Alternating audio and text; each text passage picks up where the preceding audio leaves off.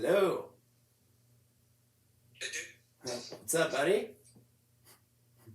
just getting it together Oh, here. thanks for getting back with me. I appreciate that. I was in acting class. Oh, cool. Yeah, I played a lawyer today. It's really hard for me to be normal people. If I can be like a crazy person or something, I'm really good at that. But I told my teacher, do it. The crazies come naturally, do they? Yeah, being like a normal, just normal job every day guy is really hard. I told my teacher, like, if I can figure that out, I'll just be unstoppable. Well, the key probably is for you just to be uh, have your attention away from yourself, not be self-conscious, and just listen to your own breath, and then relax into it, and just be yourself. And I know that probably being yourself is a little crazy, so you'll find balance. Right. Yeah, my teacher said I've come a long way with that recently. It was really hard. I had to deconstruct my entire like persona to get into acting because I'm normally doing live shows where I'm the only person and there's like 1,000 people in the audience. So I had to like start from scratch and relearn everything. And what'd you do a scene from today? I forgot what it's called. It's a show that's really big right now, and these two people are in a car and they run over somebody, and they're pretending that they didn't do it so they don't get in trouble. Obviously, it's like a black comedy, but I forgot the name of it. Ah, but my teacher said it was really good. Does your teacher tape it or Um, record it? yes, he records it and then he shows it to us on the we all watch it together, everybody's work, and then like goes over it with us and tells us what he thinks is like good or not. How did you like it? I thought it was okay. Like it was very long, so sometimes when stuff's like a really long and I don't feel like I have enough time to memorize everything as well as I want to, I have to like choose what to focus on. So I may like switch out a word or something like that, but if I put all my attention on that, then I'll mess up way worse. Like I have to just be comfortable with it, and if I'm like being nitpicky about it, then it's hard for me to do anything. Is the teacher nitpicky about the words being exact? Sometimes, not super bad. I mean, it kind of depends on what we're doing and if it completely changes the meaning, obviously, or something like that. Exactly. Most directors they want the script memorized word for word if possible, but if you change something and you actually deepen the truth, if you make it your own, even better than what was written in the script, there shouldn't be a problem. Right. I guess it just depends who it is. I always try to do that, but there's a level of comfort that I have to where I can let little things go or I get too much in my head about it. Hmm. But yeah, but it was fun. Everybody in my class seemed to have a problem tonight just because it was so much. And we were repeating things. We were saying like, "I'm sorry, I forgive you," and that was like a running joke in it, so it made it confusing where certain parts of it were because it was all like bookended by this one same phrase, so it would get confusing. Hmm. So yeah, but it was good. It was fun. As long as you're having fun. Yeah, I enjoy it. I feel like I've gotten good enough now to where I can actually enjoy it, and I'm not just like stressed. Because when I first started, I was like ah, but now I'm comfortable enough that it's all right. It's fun. How was your day? It was okay. Got a lot of yard work done, Oh, good. and I'm is he's in a lot of pain, so he's real needy right now. And I have a friend who just passed away, but she kind of wanted to go. She's 101. Wow. And I found out that both my kids now have COVID. It's kind of fucked up. But, man, I'm sorry. Yeah, they shouldn't have gone to the holiday gathering that their grandma had. But oh well. Yeah, I'm sure they'll be all right. They're all vaxxed and boosted and should be okay. Yeah, I'm sure they'll be fine. I hate that though. I hope that they're feeling okay soon. Thanks.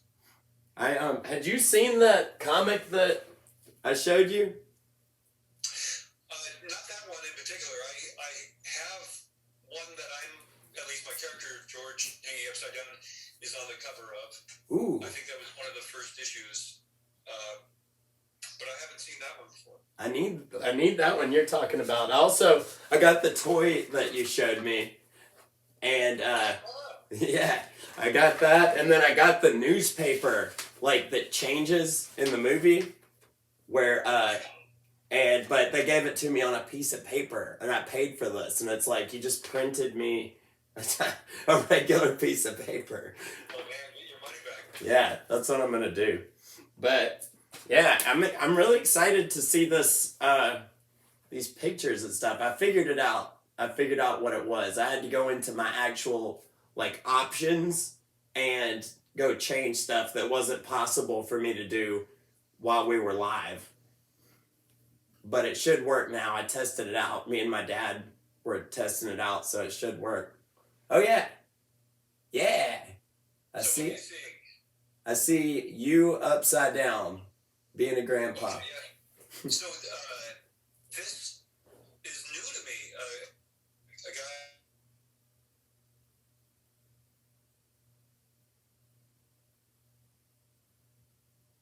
I lost you. You there?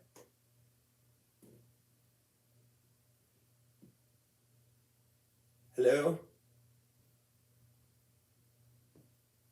I don't know if you're talking right now, but I can't hear you.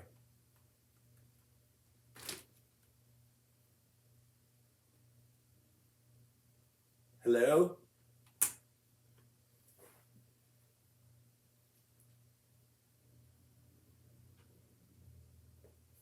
Hello?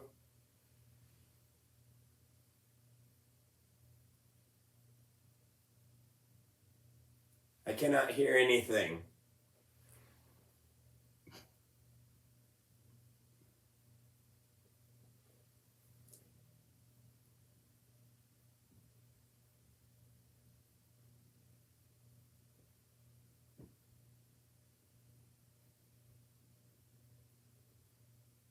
Baby, can you give me a Zen, please?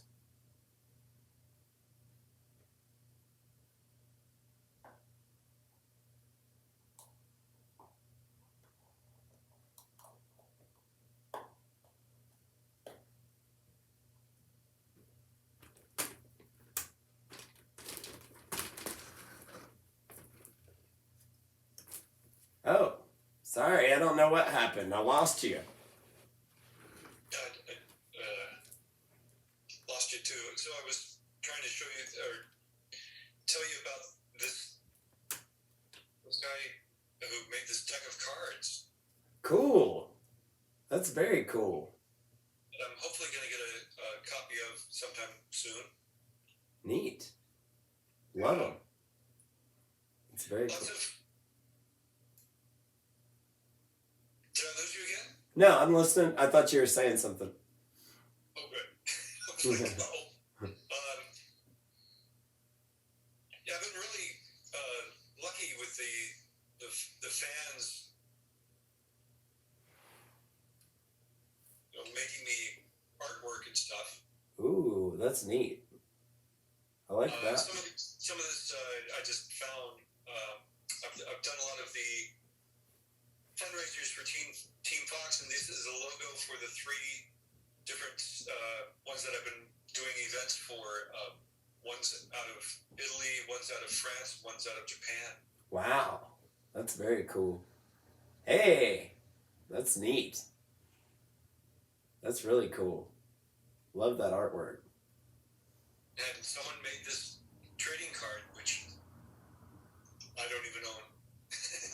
Man, I want to get a hold of this. I saw that there were some trading cards though. Did those come out during the movie time, like when it was coming out? Yeah, when the film came out, Topps came out with the Back to the Future playing card, trading cards, Ooh, and I'm on probably four of them, three or four of them.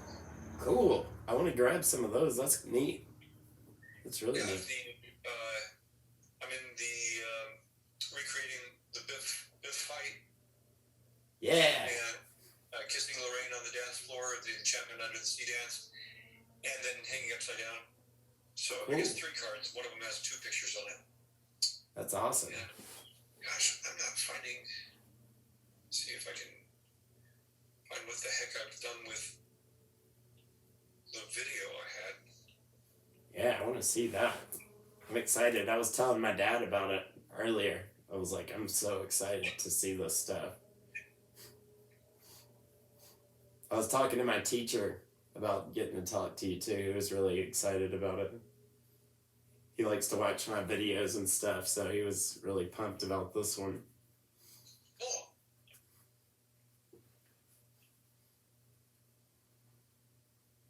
Oh, not that one.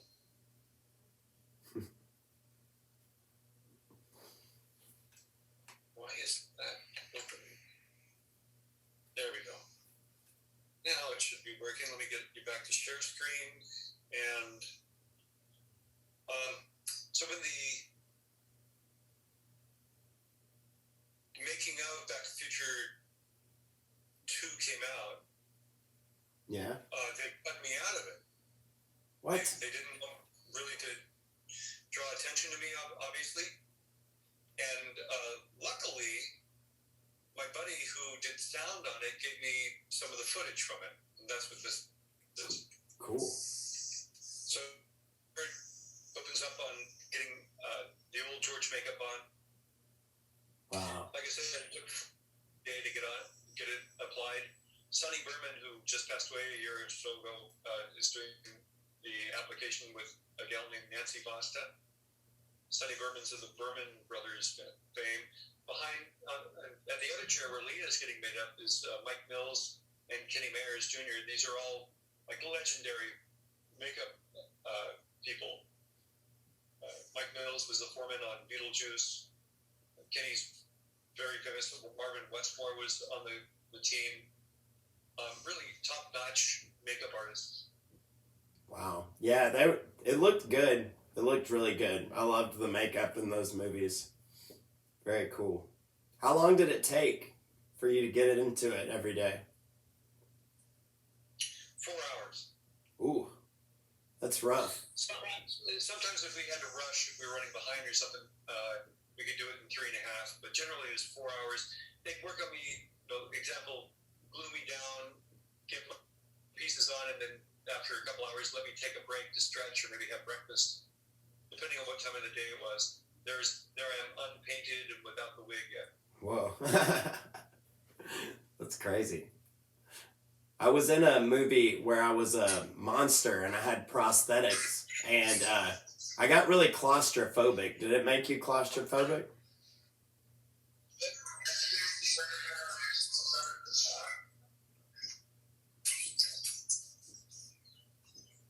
That looks so good.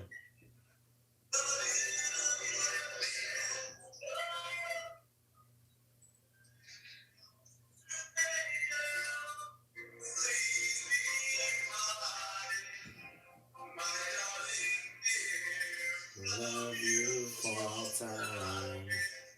I'm just a fool. A fool. With you.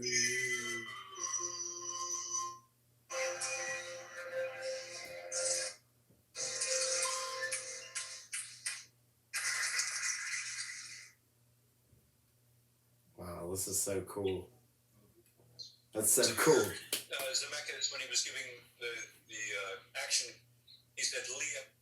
Before that, he had been saying Crispin. Oh no. And I kid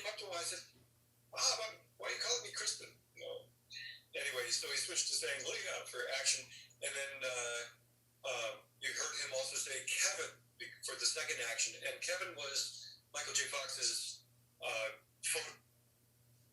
So in that case, he was crawling across the catwalk above the stage. Mm-hmm. Oh yeah. While Michael was on stage playing the guitar, or vice versa. You know, Mike had his photo double is stand-in. Bobby Kevin was his photo double, and his stunt double Charlie. I've got a picture somewhere of the four of them together. Wow, that's really cool. Not only 4 hours a day to apply the makeup, but it took another hour to get out of the makeup at the end of the day. Did that make you like stressed or something being in the makeup? Did it like make you claustrophobic?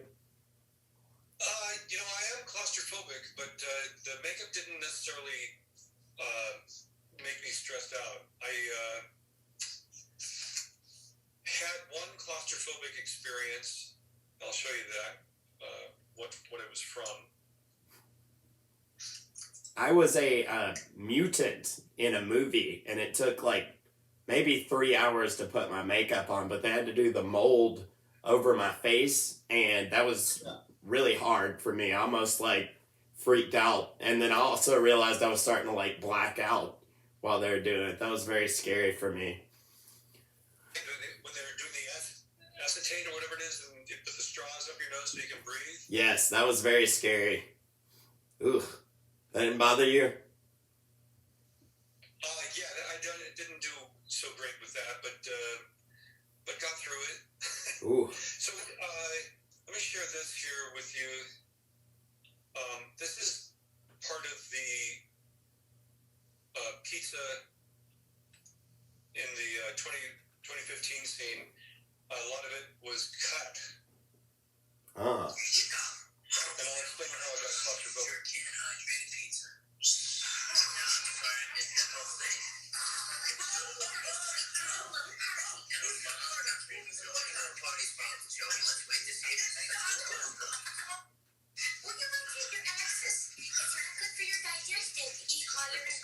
Okay, dear.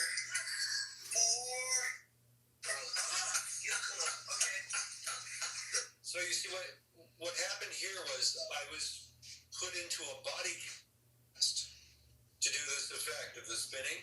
Mm-hmm. And the body cast had a pipe at the back, so there was a hole in the costume. The costume went over the body cast. The pipe went through the set, and there was a wheel on the other side. So when they heard the cue when I said, "Okay, dear, 4," they started spinning me.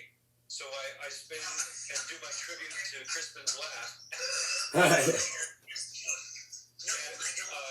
it didn't work because Leah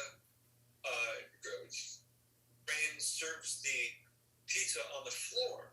Mm-hmm. But I'm spinning for pizza, so it should have been on the table, and the table wasn't really designed to have where George would be sitting would be where the camera is, I suppose.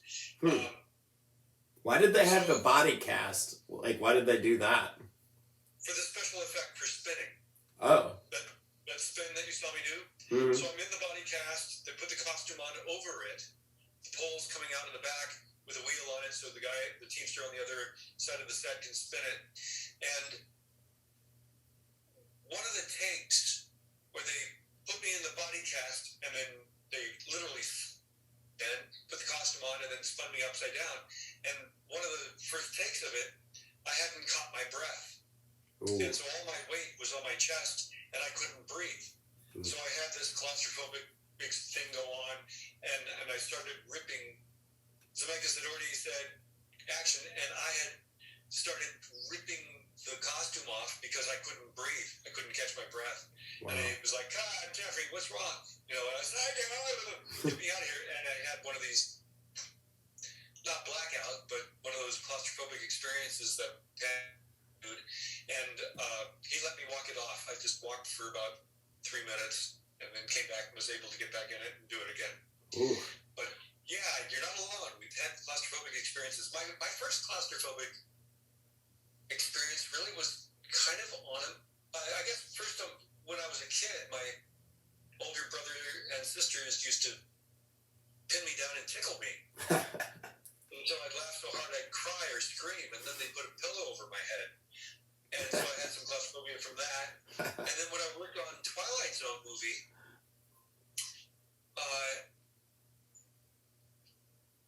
on the second day, on the night of the second day of shooting, my girlfriend at the time, her cat, had kittens, and I remember waking up at like 3 a.m. with a terrible pain in my arm, and I lifted my arm up, and there was a kitten hanging from my arm. I was like, get off! And I went back to sleep. And the next day, I developed a lump in my armpit.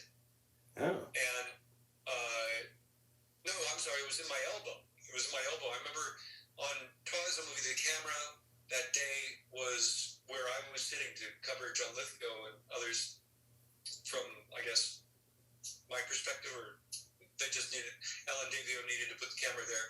So I hung out in the back with this lump in my elbow in the back of the fuselage of the airplane. And Milton Berle's brother, Jack Berle, who's a professional extra, said, what's that? What's going on? I said, I got this lump in my elbow. He says, that's just a cyst. You just rub that, and it'll go away. Right. So I rubbed it, and it became 2. And then the next day, I developed one in my armpit. And these red lines going up my arm, I was not feeling well, so I went to remember I was going to have lunch with John Lithgow that day. And I went to the Warner Brothers nurse who sent me to a doctor who gave me 3 shots of penicillin in my butt because she said those red lines going up your arm was blood poisoning. Oh, no. So I was really, literally suffering cat scratch fever. Wow. So for the rest of the shoot, I was kind of out of it. It was like woozy. And, we're on this fuselage in a storm of an airplane in a storm being rocked constantly with the arc lamps making the lightning and everything. And so I've never really flown well since then. Huh. The next big film I got a few films since then. Twilight Zone, but the nice co-star role on Clint Eastwood's Pale Rider, when we were traveling from Provo, Utah to Ketchum, Sun Valley, Idaho, going over those mountains in a little tiny plane. We were like a bucking bronco, and my claustrophobia kicked in, and I was like white knuckling it. And a few of the other actors coming in, I think Charlie Hallahan and Marvin McIntyre, they were laughing at me. Wow. Anyway, so I don't fly so good. I have to have a window to look out, but I also can't have someone sitting next to me where I feel penned in. Right. Claustrophobics need to have the aisle seat. Well, I need the window also, so I don't know. Yeah. Anyway, that's my claustrophobia. I don't like flying. It makes me very nervous because I'm like, there's so many things that could go wrong, and it's not like a car. You can't just pull over, so Oh, yeah. Makes me stressed. And now with, people freaking out because of their claustrophobia or having to wear a mask or be double masked, no, it's pretty, I need to knock myself out for it. Right. Yeah, fair enough. Yeah, I can see how that would be stressful. I haven't been on a plane since any of this COVID stuff, but I'm sure that would be weird. Plus just being stressed because you don't want to get COVID either, too. So, but yeah. Exactly. It's stressful enough as it is. Yeah. And having the... yeah, gosh. Anyway, let me see what else I got here for you. Wonder if I can get this thing to open. Yes, good. Hold on here. And thank you. Thank you so much for doing this. This really means a lot to me.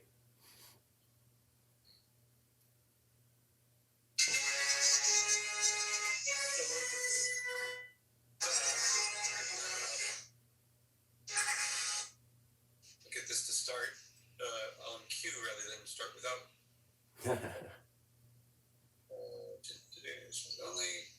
Then I gotta go back to Zoom and share screen. Yeah. So when I first came to Hollywood kind of as a hot item, Yeah. mainly because of this man right here, this director, Martin Brest, who directed Beverly Hills Cop and Sin of a Woman, among other great films. Cool. Original director on a film that was called The Genius that later became War Games. Oh. And he wanted me to screen test for it, and I did with Ali Sheedy. The same day I tested, they looked at Eric Stoltz and Dana Carvey, Brian Backer, John Stockwell. There's on Twilight Zone movie with the big hair persona Dixon.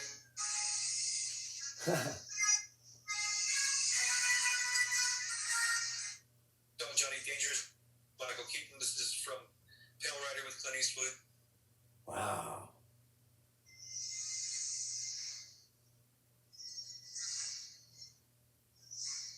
And then being Screech's guru on Saved by the Bell, the high geek. Then I worked with Dick Van Dyke on Murder, She Wrote.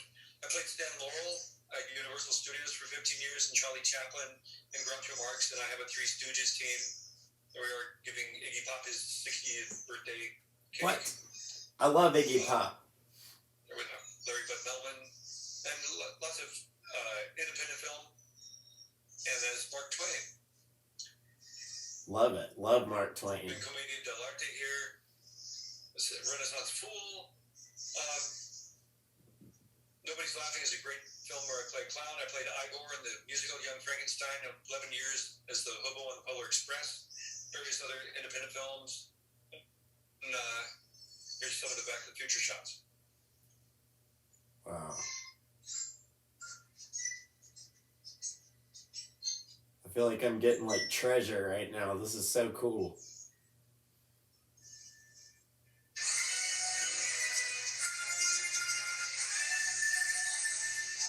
Where was that body cat?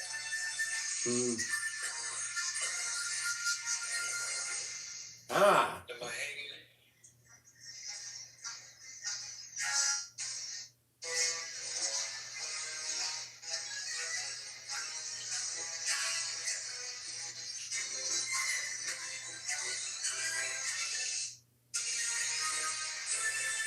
Part 3. Let me do reunions of different band cons and DeLorean over shows.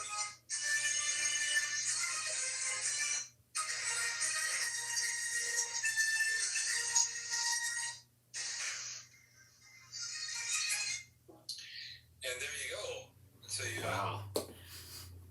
fast-paced slideshow, that one. That's so cool. But you saw real briefly there the body cast. Yes. Now I understand what you're talking about. I was like, I didn't know if you were wearing like a suit of a body or what, but that makes sense. I see now. Huh. So you didn't have to actually be upside down for that part. Had to be upside down. Over the course of 2 weeks to get from outside the front door of the McFly house all the way to the kitchen to do the pizza scene. Over 2 weeks, but some of the days, I remember 1 week having a time card that had a 19-hour, a 21-hour, and a 26-hour long day on it. Good grief. Wow.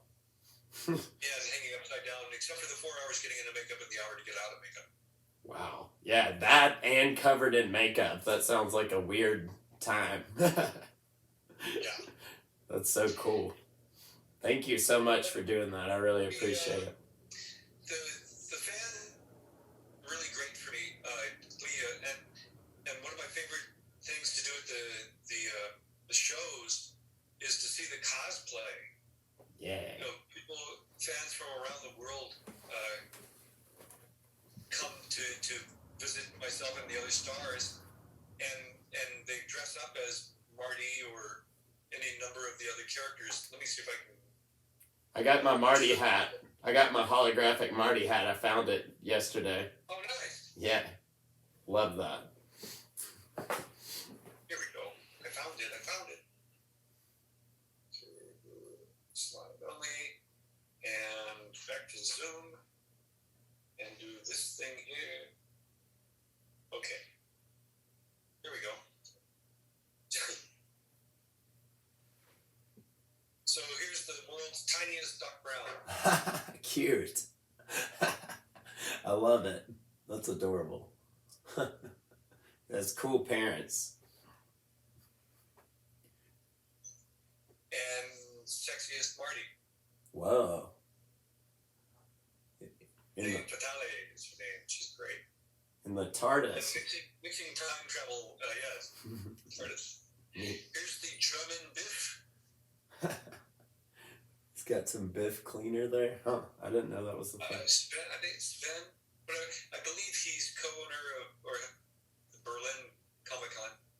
Cool. He did an event called Back to 1885 to celebrate part 3. Some friends of mine, Oliver and Terry Holler, produced it. They're out of South Carolina. But we went to where they shot the movies up there in the Gold Country, in the Sierras. And folk came from around the world. This boy on the box here next to this woman in the blue skirt, they came from Russia. Wow. That's so neat. And this is Shannon, who plays Marty at events, often goes with DeLorean time machines. Oh. Cool. Here are Japanese, German, and I want to say Spanish fans. Wow. At the We're Going Back event, there have been a couple of them. The first one was 2013, and then 2015. This is the latest one. The event itself actually got canceled at the last minute, but all these fans that came from around the world still had tickets. So the gentleman there, if you can see in the Doc Brown shirt with dark hair, Yeah. he kind of single-handedly, with my encouragement, got everyone still to go visit where we shot different things. Here at Whittier High School was the Hill High, and went to all the shooting locations and had a few special events. This was the second We're Going Back event, and all of these are fundraisers for Michael's Team Fox. Cool. Brad Fife heading up as Griff here with his gang, his wonderful gang. Remember the female Marty that we saw on the second slide? Yeah. She's now in this picture playing Spike. Oh, wow. She's pretty good at that. Whoa. This is my Danish friend with his 1-year-old son. This is my only George McFly 2015 cosplay I've ever seen. That's awesome. Being done by a 1-year-old, just with Dad being the ortholev. Love the hair. That's perfect. I lost it when I saw this. It's funny. More folks from around the world were. At one of the events, 1885, Dean Cundy with the beard here, he's just still working on it. Has been working on Mandalorian and the Boba Fett series as cinematographer. He shot all 3 Back to the Future movies. Next to him, Marvin McIntyre, who I worked with on Pale Rider, the Clint Eastwood film, he played The Undertaker in Back to the Future Part 3. Wow. And then the guy in the cowboy hat, Dangerous Bob, was prop master on Back to the Future 2 and 3. I feel like I've heard of him. OTB, yeah, he's famous. And this is me actually playing Doc Brown. I heard about that. You did a short film as Doc Brown? I did. It's available on YouTube. Ooh. I think it's called We're Going Back, ? Something like that. Or Back to the Future, ? This was one of those Team Fox events I did with the Japanese after the pandemic started.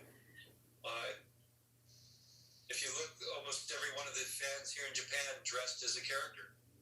Neat. That is so cool. Yeah, that's a testament to how powerful those movies are. Like that people all over the world, including me, just love them. They're great. Yes.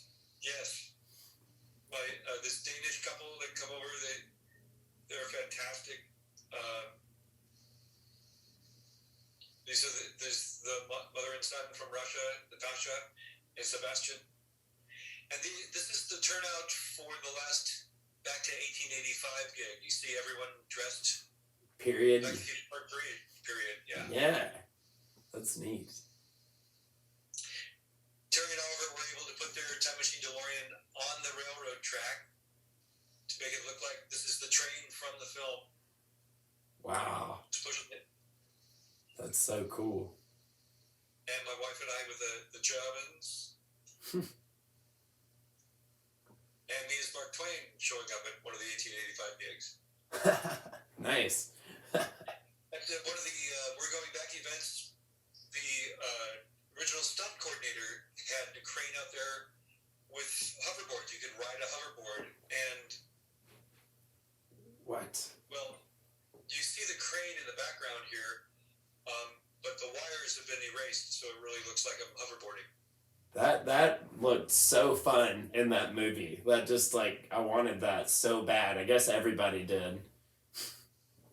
Hoverboards are need to exist. A gal that was making my Mark Twain suit for me told me when she found out about my connection to the Back to the Future movie, she said, "Oh, my friends and I dressed as Christopher Lloyd's characters for Halloween." And I got a copy of the photo of them and had Chris sign it for them. And this is it. Wow. That's so So neat. you got Uncle Fester and Judge Doom, his character from Star Trek, and of course Doc Brown twice. Weird. See, I met like I did an interview with the voice Charles Fleischer from Charlie Fleischer, sure. yeah, I did an interview with him, and then I also did one with the guy that wrote the book for Roger Rabbit. So I see. Roger Rabbit, cool. yeah. And Charlie's great. Charlie's crazy. Yeah, yeah. Yeah. He's a lot of fun. I love Charlie. Yeah, he's interesting. This was the first time since the movies were made in '88 that these three were back together at one of the We're Going Back events. This is of Grip's gang, Ricky Dean Logan, Darlene Vogel, and Jason Scott Lee. Cool. That's so cool. It's too bad they needed Tom Wilson there. Yeah. And everyone in front of the clock tower at Courthouse Square at Universal. Luckily, the tram stopped and gave everyone this photo op. Neat. Rob Sims out of Florida with the flying DeLorean. And me again. Hey, like those glasses.